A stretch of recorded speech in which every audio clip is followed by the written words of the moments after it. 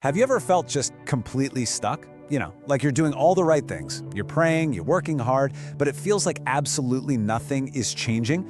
Well, if you're tired of carrying that weight around, what we're talking about today is this powerful invitation, a 3-day spiritual reset designed to help you find clarity and purpose again. So let's dive in and see how a simple, intentional pause can literally change everything. In this quote right here, this is really our starting point. It just perfectly captures the whole idea. See, this isn't about giving up or walking away from the fight, not at all. It's about the strategic power of stepping back for a moment to listen, to recalibrate, and to find that renewed strength you need for the journey ahead. And man, that journey can feel incredibly long sometimes, can it? So this first section, it's all about getting real about that heavy, just exhausting feeling that creeps in when you're waiting for a breakthrough that just seems like it's never gonna arrive. To really get this, think about the story of a guy named William Wilberforce. For decades, literally decades, he fought to end the slave trade in Britain. And he was up against immense resistance, public ridicule, just overwhelming opposition. The weight of that fight had to have been enormous, but he didn't quit. Instead, when he felt completely drained, he would pause. He'd withdraw from all the noise and reconnect with why he started in the first place. And this is where it gets really personal, right? Wilberforce's struggle, it just mirrors what so many of us feel. Does this look familiar at all? You're doing everything you're supposed to be doing. You're praying, you're believing, you're working hard, but it just feels like you're spinning your wheels in the mud. You wake up hopeful, but by the end of the day, that same old familiar weight is right back on your shoulders. And if we're being really honest with ourselves, this is the question that's just echoing in our hearts, isn't it? It's a cry of exhaustion. It's confusion. God, how long until things finally shift? And you know what? Feeling this way, it isn't a sign of weak faith. It's a sign of a tired spirit that's just in desperate need of a new approach. And that feeling of complete burnout, that's our cue. It's the sign that we need a new way forward. And that brings us right to the core idea we're exploring today, a simple invitation to give God 72 intentional hours.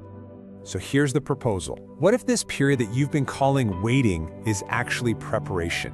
This isn't some magic formula, okay? It's an invitation to stop pushing so hard, to start listening, and to align yourself with the new season that might be just around the corner. So you might be asking, okay, why 3 days? What's so special about that number? Well, it's fascinating because the number 3 shows up again and again in Scripture as a huge turning point. After 3 days in the dark, Jonah was delivered. After a 3-day fast, Esther's people found victory. And of course, most powerfully, the 3rd day brought the resurrection. It's this incredible pattern of breakthrough. And this prophetic quote just hammers that theme home. See, the 3rd day isn't just about a number. It represents a period that's just long enough for your perspective to shift, for God's work to really take root, and for your faith to be restored. Okay, so let's get practical. How does this actually work?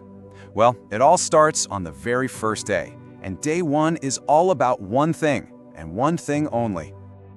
Day 1, quieting the noise. Seriously, the most important first step is to simply create the space to hear again. The first thing we've got to do is recognize the difference between the legitimate demands on your attention. Your work, your family, the real stuff. And then there's the other stuff. The distracting noise that just steals your clarity. And as you can see here, that noise is that endless stream of social media, news alerts, and everybody else's opinions that just keeps your mind spinning 24/7.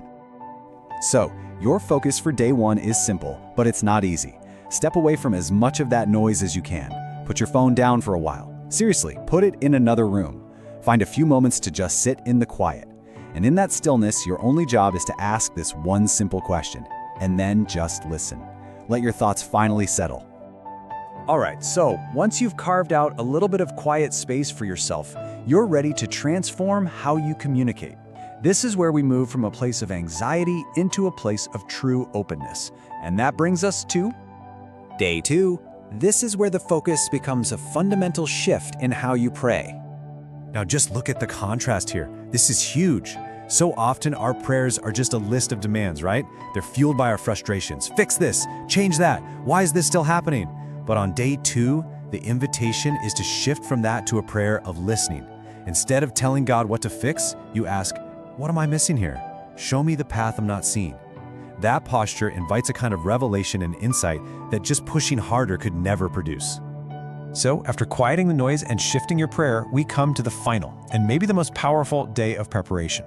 It's about adopting a very specific spiritual posture before you even see any results. Day 3, embracing gratitude. This, right here, this is the key that changes the entire atmosphere. Now, it's really important to get what we mean by gratitude in this context. This is not about pretending everything is perfect or some kind of blind optimism. As you can see, we're defining it as spiritual confidence. It's a deep trust in God's goodness and His character, completely separate from your current circumstances. And this is exactly why it's so powerful. Gratitude literally changes the atmosphere around you. It transforms that heavy feeling of uncertainty into one of hopeful anticipation. Just think about this. The walls of Jericho fell after the people shouted in faith, not before. Gratitude is that shout of faith.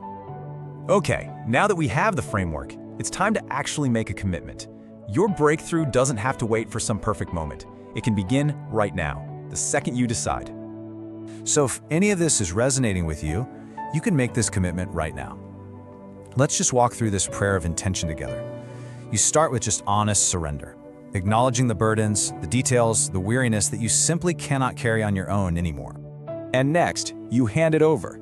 This is the active commitment. You're not just asking for a quick fix here. You are asking for guidance, for a new perspective, and for the clarity to finally see the path forward. And finally, you close with that powerful atmosphere-changing gratitude we just talked about. You thank Him in advance. You declare your trust before the evidence ever shows up. This is the very posture of faith. All right, now it's time to make this decision your own. Right now, in this moment, you can make this declaration, not just out loud, but in your own spirit. Let this be your starting line. Mark today as day 1. And I just want to leave you with this one final thought. We so often expect our breakthroughs to be these loud, dramatic, earth-shaking events. But what if the change you've been praying for doesn't come like that? What if it comes quietly, gently, like the very first light of dawn after a very long night? The only way to see it is to be still enough to notice the horizon beginning to change.